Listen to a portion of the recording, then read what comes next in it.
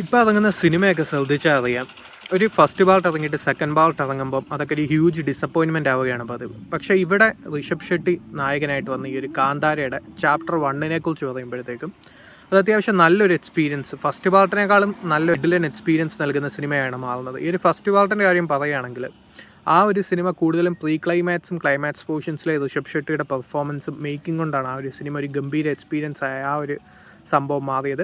പക്ഷേ ഇവിടെ സെക്കൻഡ് പാർട്ടിലോട്ട് വരുമ്പോൾ അതിനേക്കാളും ഒത്തിരി നല്ല ഹൈ മൊമെൻറ്റ്സ് ഉള്ള ഒരു സെക്കൻഡ് ഹാഫ് ഈ ഒരു സിനിമയുടെ ഏറ്റവും വലിയൊരു പോസിറ്റീവാണ്. സോ ഒരു സിനിമയുടെ നെഗറ്റീവ് കാര്യമായിട്ട് പറയാനൊന്നുമില്ല.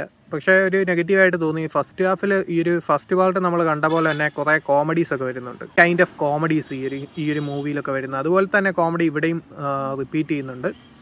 സോ അങ്ങനെയുള്ള കുറേ കോമഡീസ് ഇതുപോലെയുള്ള മൂവീസിൽ വരുമ്പോഴത്തേക്കും അതൊരു പക്ഷേ തിയേറ്ററിൽ ഇരുന്ന് കാണുമ്പോഴത്തേക്കും ചില ആളുകളൊക്കെ, അതായത് ഒരു ഒന്നോ രണ്ടോ പേരൊക്കെ ചിരിക്കുന്നുണ്ടായിരുന്നു ആ ഒരു അതുപോലത്തെ കോമഡീസിനും കാര്യങ്ങൾക്കൊക്കെ. സോ അതുകൊണ്ട് അത് വർക്കൗട്ട് ആവുന്നവർക്ക് വർക്കൗട്ട് ആവും, വർക്കൗട്ട് ആവാത്തവർക്ക് വർക്കൗട്ട് ആവില്ല. പിന്നെ പറയുകയാണെങ്കിൽ ഈ ഒരു കൊച്ചു കുട്ടികളായിട്ടൊക്കെ കുറേ പേര് തിയേറ്ററിൽ സിനിമ കാണാൻ വന്നിട്ടുണ്ടായിരുന്നു. സോ ഇത്രയും ആ ഒരു നമുക്കറിയാം കാന്താര സെറ്റ് ചെയ്യുന്ന അറ്റ്മോസ്ഫിയർ എന്താണ്. സോ അവർ അത്രയും സൗണ്ടും കാര്യങ്ങളൊക്കെ കണ്ട് കുറേ കുട്ടികളൊക്കെ കിടന്ന് കഴിയുന്നുണ്ടായിരുന്നു. സോ എങ്ങനെയാണ് ആ ഒരു കുട്ടികളെ തിയേറ്ററിൽ കൊണ്ടുവരാൻ സാധിക്കുന്നതെന്ന് തോന്നി. അങ്ങനെയാണെങ്കിൽ ഈ ഒരു മൂവിയിൽ മെയിൻലി ഒരു ടെറിഫിക് പെർഫോമൻസ് ചെയ്തിരിക്കുന്നത് ഋഷഭ് ഷെട്ടി തന്നെയാണ്. കാരണം ആ ഒരു കഥാപാത്രം എങ്ങനെയാണെന്ന് എല്ലാവർക്കും അറിയാം. കാരണം ആ ഒരു ക്യാരക്ടറും ആ ഒരു കാന്താര സെറ്റ് ചെയ്തിരിക്കുന്ന അറ്റ്മോസ്ഫിയറും ഇതുകൊണ്ടാണ് എൻ്റെ അച്ഛനെ അവിടെ വെച്ച് കാണാതായി എന്നുള്ളൊരു ചോദ്യം അറൈസ് ചെയ്യുന്നുണ്ട്. അതിനെക്കുറിച്ചാണ് ഈ ഒരു കാന്താരയുടെ ഈ പാർട്ട് പറയുന്നത്.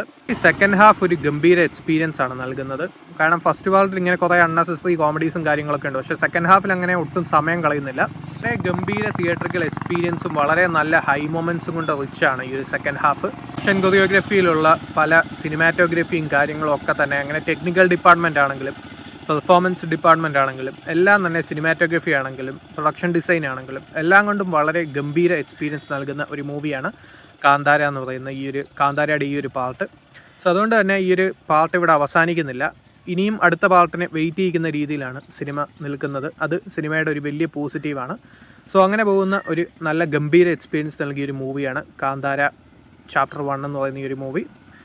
സോ അതിന് കൂടെ തന്നെ പെർഫോമൻസ് വൈസ് ജയറാമിനും രുക്മിണി വസന്തനും പിന്നെ നല്ല ക്യാരക്ടേഴ്സാണ്. അവരുടെ പെർഫോമൻസ് എടുത്തു പറയേണ്ട ഒന്നാണ്. സോ അങ്ങനെ പോകുന്ന എല്ലാ ഡിപ്പാർട്ട്മെൻറ്റും ഒരേപോലെ മികച്ച് നിൽക്കുന്ന, ടെക്നിക്കലി വളരെ സൗണ്ടായിട്ടുള്ള, സ്ക്രിപ്റ്റ് ആണെങ്കിലും ബാക്കിയുള്ള കാര്യങ്ങളാണെങ്കിലും എല്ലാം കൊണ്ടും മുന്നിട്ട് നിൽക്കുന്ന ഒരു മൂവിയാണ് കാന്താര ഒരു ചാപ്റ്റർ 1. അതാണ് സിനിമയെക്കുറിച്ച് പറയാനുള്ളത്. താല്പര്യമുള്ളവർക്ക് കണ്ടു നോക്കാം.